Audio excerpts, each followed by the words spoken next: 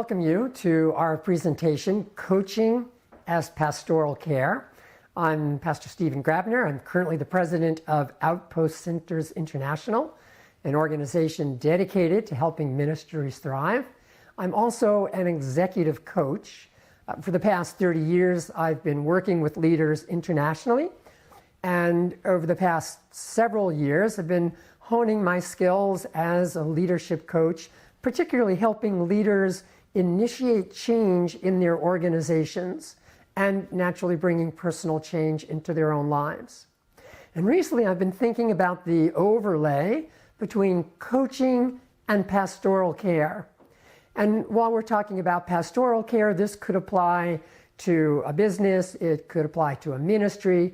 The principles here, I think you'll find, will transcend many settings, although my focus is in the congregation with pastors.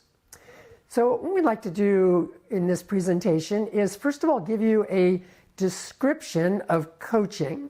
What is coaching really all about and what is it not? And then we're going to look at the intersection between coaching and pastoral care. And finally, we're going to share some coaching techniques with you, hopefully to whet your appetite to learn more, and then share a resource with you at the very end. So I'd like to start with this quotation from the writings of Ellen White. It's volume 3 of the Testimonies, page 269. And it really stresses how delicate it is to work with minds. She writes, "But to deal with minds is the nicest work in which men ever engaged." And when she uses the word nicest, she means the most delicate and very careful. It's a work that takes a lot of skill. All are not fitted to correct the erring.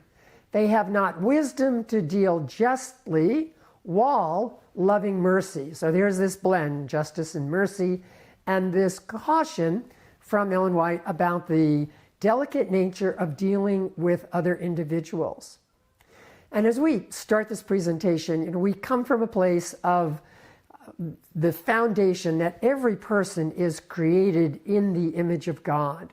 And therefore, we are endowed with traits that are akin to that of our Creator. The idea for continual growth and continual development. So I want to share coaching as an addition to your ministry toolkit. You have a variety of different tools, those that are in the pastorate, you have preaching, you might do some counseling, Bible studies, prayer ministry, a variety of tools in your toolbox or in your toolkit, and ministries as well. You might have a variety of different tools that you would use, but coaching is an additional tool that as you begin to use it and practice it, you will find it to be very effective. At least I'm convinced you'll find it to be very effective. So what is coaching not? Let's start with that. First of all, coaching is not therapy. Therapists go through a tremendous amount of specified training. Same thing with counselors, both therapists and counselors, which coaching is not. But therapists go through a tremendous amount of training, licensure, and oftentimes are more focused on the past in the person's experience, having to perhaps deal with deep-seated traumas or experiences that a person has gone through in their life. Coaching is not mentoring. In mentoring, you have someone who has a particular skill set in an area, and then they want to pass that skill set on to somebody else. As I said, coaching is not counseling, whether biblical counseling or non-biblical counseling. Again, counselors usually have a specific training that they need to go through, and particularly in our setting here in the United States, certain licensure requirements. Nor is coaching consulting, although there are times in certain long-term coaching relationships, as I might do with a leader in an organization, you might bring in consulting occasionally, but in its essence, coaching is not consulting. One of the threads in each one of these areas, therapy, mentoring, counseling, and consulting, is that the person that is the therapist or mentor or counselor or consultant usually is seen as an expert. This is from David Rock, who's written numerous books. This is from his book. This is from his document from which he got his PhD. And he says that in therapy, mentoring, or consulting, the professional is considered an expert and are expected to apply guidance in some way. The whole idea of expert needs to be put aside for coaching to be successful. And this is very important and sometimes very difficult for coaches to grasp, and particularly for pastors who want to apply coaching as part of their pastoral care. The idea of laying aside being the expert. Coaching has a very different dynamic to it. So a couple of quotations that might help, or definitions that'll give us a clear picture of coaching. This is from Gary Collins, who's written a book on coaching for Christian leaders. And he says that coaching is the art and practice of engaging individuals and groups to move them from where they are to where they want to be.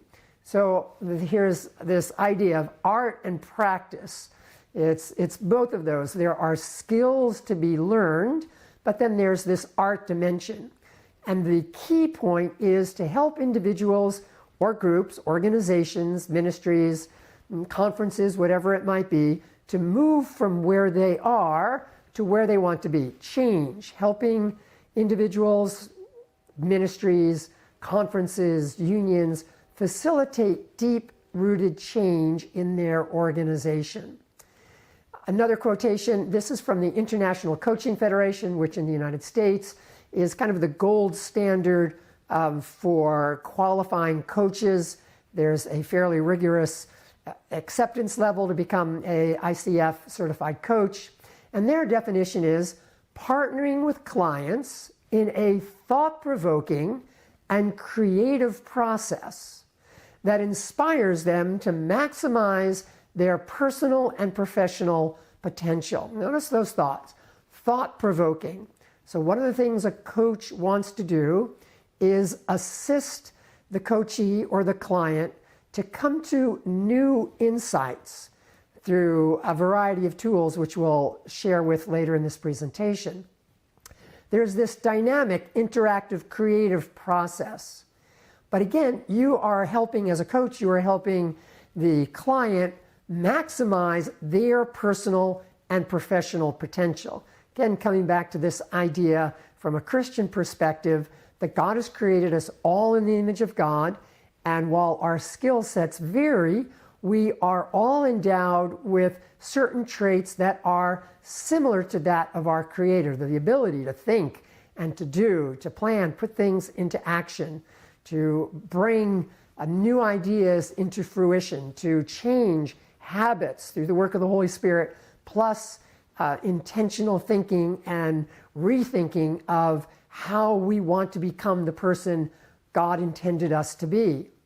Another quotation, this is from Richard Bayazansis, who teaches at Case Western University. He's done a lot of research on coaching, and I really appreciate his definition here. Coaching is a resonant relationship. I like those terms, resonant relationship, back and forth, healthy relationship built on positive emotion and genuine connection, which leads, and then underscore the last three words, to sustainable change. So you have this dynamic relationship that has a positive emotional flow back and forth in which there is a genuine connection that ultimately helps the coachee, the client, achieve the sustainable change that they are seeking. Very important ideas here. And then another thought from the International Coaching Federation. This is kind of a return on investment and ROI for coaching as individuals or pastors, leaders in ministry, business individuals want to become more aware of how to use coaching in their organizations. You know, what's the return on investment? Is it really worth the effort? Well, there's a lot of research that answers that question emphatically, yes. Good coaching does lead to sustainable change in organizations and in leaders. Again, from ICF, International Coaching Federation, coaching is an interactive process, another key phrase there, that helps individuals and organizations to develop more rapidly and produce more satisfying results. So there's this increased growth and there's greater personal and professional satisfaction. And so think about that for yourself. Maybe there's a time where a coach would be helpful for you in your ministry or in your leadership. Are you wanting to become a greater agent of change in your field? And would you like to see more satisfying results both professionally and personally? As a result of coaching, clients set better goals, take more action, make better decisions, and more fully use their natural strengths. 4 key, really important points: setting better goals, taking more action, thus setting up systems that help them to reach their goals, having a better decision-making process, and then more fully using what their natural strengths are. So that's kind of an introduction. Those are definitions of coaching, what coaching is not and what coaching is. Now let's look briefly at the intersection of coaching with pastoral care. And by this, I mean, what I mean by this is, what are the skill sets that pastors usually have that tend to make them effective as coaches in some realm? And I'm not suggesting that every pastor goes through the needed training to become ICF certified, but to begin to be able to use certain steps in your ministry that might make you more effective in serving your congregation or serving your ministry or making a greater impact in your business. Well, what are some of these steps? What are some of these intersections, rather? First one is pastors or ministry leaders are oftentimes very interested in helping others. That's one of the reasons they have committed themselves to ministry. That's the reason that they sacrifice so much, endure many difficulties, is because ultimately most are very interested in helping other people. They are also very empathetic. So they are empathic. They are concerned for other people. They're able to identify with, although they may not have had the same experience, but their heart warms to other people, particularly leadership that has embraced servant leadership and has a broad understanding of the role of emotional intelligence. Vital for us, not only on the congregation level and not only on an individual level, but also vital for us on an administrative level, whether that's in a conference or a union or at a division or at the general conference or in a business, whatever the level might be. Having empathy, having a strong emotional intelligence is very important, particularly for success in God's eyes, in being a leader that brings about change. Pastors are also very good, and ministry leaders are usually very good at making connections with people, whether they're introvert or extrovert. They do make good, strong connections, and they usually have a trusting relationship with the people that they're interacting with. On a ministry level or in a church level, congregation level, strong ties. And if we think back to Dr. Bazayansi's definition of coaching, where you have this resonant relationship, this really is a foundation for this, is the layer of trust. That's very, very important. Now, as we think about the intersection with pastoral care, there are a few areas that give us pause. And so these would be caution or red lights when we're thinking about coaching and pastoral care. Too frequently, pastors are seen as experts. This is not quite the way it was 100 years ago, but still in the congregations, depending particularly on the culture in the congregation, the pastor is seen as a particular expert. Pastors are seen as someone that can give advice, and pastors often want to give advice. And being seen as an expert and wanting to give advice works directly against an effective coaching plan. Pastors oftentimes need greater development in their listening skills. They may have taken a class in their undergraduate or in their seminary work, but they really haven't honed those listening skills. And pastors, like many of us, like most of us, are unaware of the personal assessments we make. And by that, I mean the stories we create about certain situations. We each create personal assessments where we're deciding what's going on, and we become attached to those assessments. In coaching, it's very important that the coach learns to hold those assessments very lightly, very gently, and not be too strongly wedded to those assessments. So that's a little bit about the intersection. There's some skills that a pastor might have that might make him or her an effective coach, and then some warning areas that might give us a bit of pause entering into this domain of coaching as pastoral care. Now, one of the reasons that, as I stressed earlier, the difference between therapist and counselor and mentor and coaches is this whole idea of being an expert. And again, this is difficult for pastors or ministry leaders or business leaders because we like to be seen as experts. And we have a certain skill set that leads to credibility in certain areas. You know, we would be seen as an expert naturally. I have a friend that's a very successful businessman, and we were talking about this, and yes, you know, he's got decades of experience, he's very sharp on his feet, very business-minded, and I would say he is an expert in that field. Now, the difficulty becomes when we think of coaching, when we import our identity of an expert into the coaching arena, it hinders the coaching process. Listen to this quotation from David Rock. Once again, he says, "When we are trying to help a colleague think anything through, we make the unconscious assumption that the other person's brain works the same as ours." So we're helping someone to think through something, but we are imposing our thinking on them. We are, after all, the expert, and they should begin to think like us.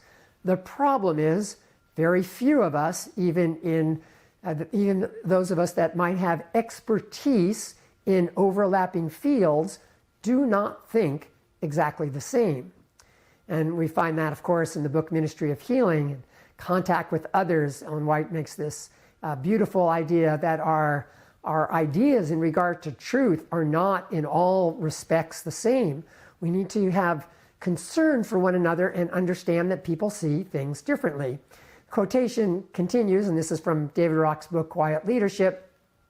"So we input their problem into our brain. We see the connections our brain would make to solve the problem, and we spit out the solution that would work for us. But more effective is to help the other person in a church, the congregation, a congregant, a church member, in a ministry, somebody else that's serving there, or a business, somebody that's working with us. It's much more effective to help them think through the problem." Now, I recognize there are certain points when somebody needs expert advice. And at that point in time, experts should give their advice. So I'm not bringing that into this conversation here.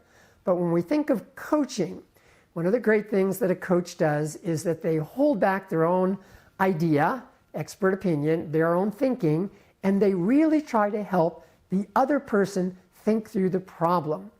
This is why coaching works across so many different disciplines. A coach doesn't have to be an expert in many different fields. What they need to become skillful at is in the art of helping people think. And when we can help other people think through their own problems, they become much more attuned and come up with better solutions than we would have. So who can coaching help? I'm thinking of in a congregation setting here. First of all, I would recommend that we do not, from a pastoral perspective, try to coach people that are in need of therapy. So if they are in need of therapy, send them to someone that is skilled in that regard. That is not me, and for most pastors, that would not be someone on the pastoral staff. So who can it help? Someone that has no need for therapy. It would also help somebody that is having a future-focused conversation. They're looking down into the future, trying to figure out a plan of action for something that they can see down the horizon.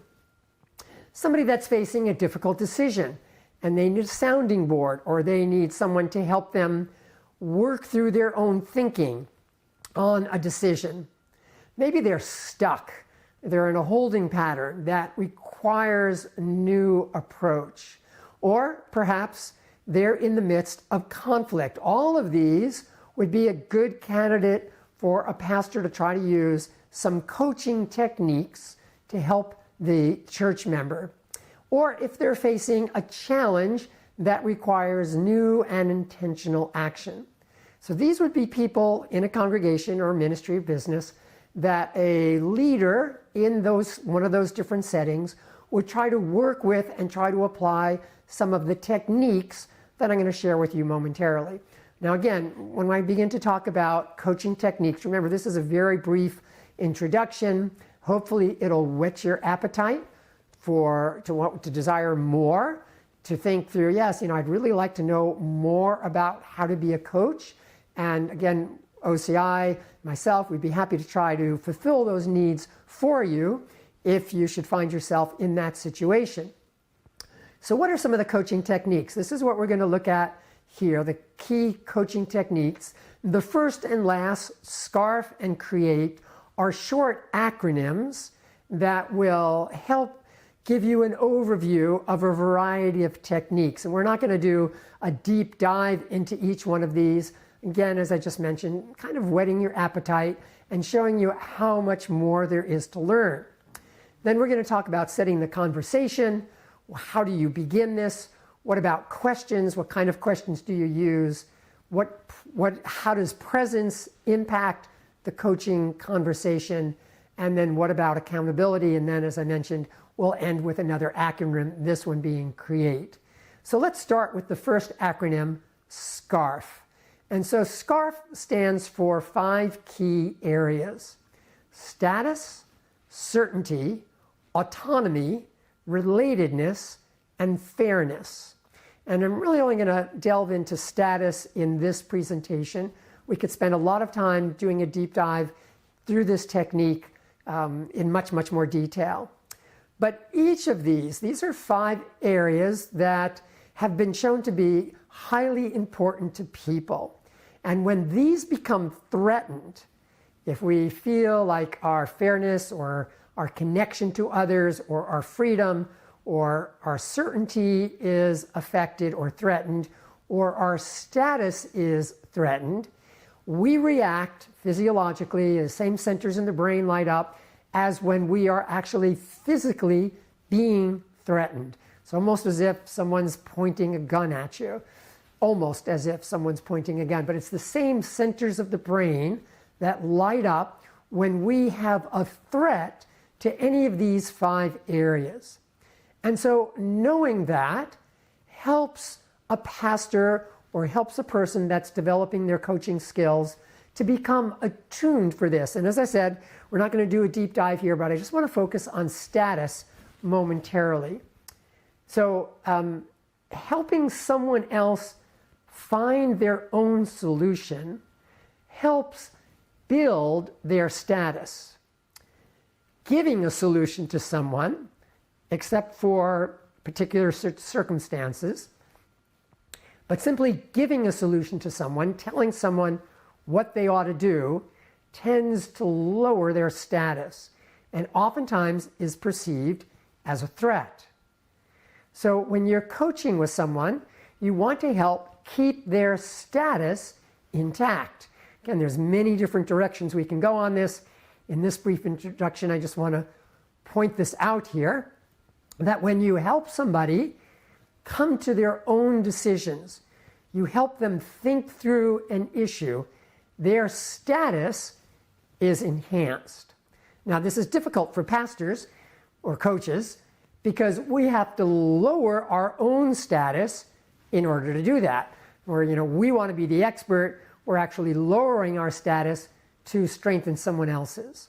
So that's an important point. Then we want to talk about, and again, each one of those areas we could spend much more time on. But SCARF is just an interesting acronym that helps point out areas in which church members or ministry leaders often feel threatened. Setting the conversation. So if we're going to begin a coaching conversation with someone, we might just start with, what is your concern today? We really want to find out from them what it is they want to look at. What's very specific, and oftentimes this will be very difficult for someone to enunciate. What is it specifically that they want to talk about or they're trying to find a solution to? How does it relate to their larger values? People come up, well, I want to make a change. Well, how does this relate to your core values? And then oftentimes people hadn't really thought about their values. I'll oftentimes ask when we set the conversation, what would be helpful for you toward the end of this conversation? So you kind of have a map in the conversation. Where are we going in this conversation? We're going to start with what's important, and hopefully we'll end with a solution that is helpful for you. When we talk about presence, and by presence I mean focused listening, really being with the person, paying attention to the individual, watching their facial expressions, trying to hear the words behind what they say. Asking a number of different questions, and we'll get to questions momentarily, but holding back your conclusions, or at least holding your conclusions lightly. Moving to a place of curiosity rather than certainty. So being present with somebody, is giving them your full attention. This is the most important conversation that you have going. This is what's right in front of you right now.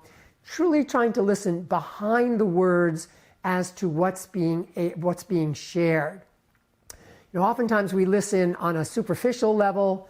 How was your day? Oh, blah, blah, blah, blah, and we kind of tune out. And there's a secondary level where we're a little bit more there. But if we can get to a much deeper level of listening, that is where many changes take place in the resonant coaching relationship. And once again, this is a bit of an introduction. We can spend much more time on each of these. Something else the pastor would need to do, or the coach would need to do, is watch for stories the other person is telling. And by that I mean we all create stories all the time. We give answers for why certain things happened. Well, Jim's always late. We're creating a story. So listen for the stories as people talk. Use questions. And oftentimes the best questions to use are open-ended questions. What, when, how, where. So, what are you feeling? Where are you feeling it? How does this impact you? What would it be like in the future if? Thinking of open-ended questions which demand not a yes or no answer, but something more thoughtful. Very, very rarely do we use why questions. Why has a tendency to put us on the defensive. So I wouldn't say never, but very rarely would we use why questions. As you're asking questions, avoid the preamble, the postamble, and generally just the ramble. Think through how to express your question concisely and clearly. And as you're asking questions, do not stack questions, like one on top of another, on top of another, on top of another. Ask a question, and then be comfortable with the silence until the client responds. This is a very important thing. This is showing respect for the person as they think and process. A little acronym that we often use is WAIT. Why am I talking? thinking through, am I talking because I'm nervous, the other person isn't talking very much, or really do I have something to say that will add to the conversation? So setting the conversation, where are we going? Presence, being with the person, asking questions, and then accountability. Trying to bring toward the end of the coaching conversation when the coachee or the church member, the ministry leader, has something clear in their mind, when they've reached some point of a decision, then we would ask, what is your next step? We really want to become an accountability partner for the person. How will you put it into action? How will I know what you have done? Trying to be concrete. And oftentimes in a coaching session, as people bring out ideas toward the end of a coaching engagement, I will ask, so what were those ideas that you enunciated? And then help them restate them or allow them to restate them. And then ask for the question, well, what would your next step be? Or sometimes, is there something else that you would do? Oftentimes we throw out answers that are kind of off the top of the head, where really something deeper is important. We might also ask them, well, what kind of obstacles do you see, and where are you going to get some help? So these are questions that would focus on accountability for someone. Well, let's go to our last acronym here, just as we draw to a close, and that's CREATE. And this comes from David Rock again, where he uses just, to help pull this all together. We want to find out what the current reality is. Where is the person? Help them explain to us, help them set the table for us. What is the current reality? And then we're exploring alternatives, and we do that through intentional listening, by being present, and by asking powerful, thoughtful, life-changing questions. Then when a person has an insight, when their eyes light up and they can see a path, it's important there to tap into the energy, and that's where accountability comes from.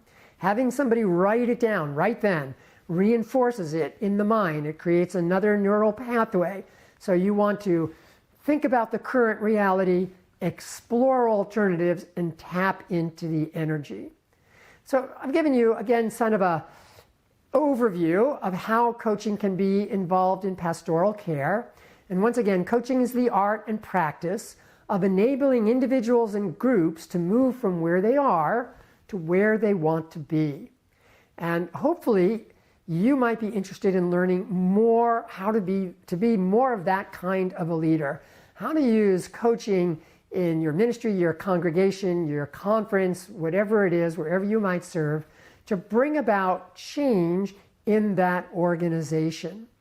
So OCI, our purpose as OCI, is a ministry to help other ministries thrive. And we want to help you as well. So if you would like further information on coaching, if you would like to learn more about coaching or have a deeper conversation about how to apply coaching in your setting, or if you would like personal coaching, please feel free to write us at this jot form. You can see that there on the screen. Give you time to take a picture and get it down. Or you have my email address as well. I'm Stephen@percepta.coach. You can communicate with us through either one of those, and we would be happy to serve you as you begin to minister and serve others.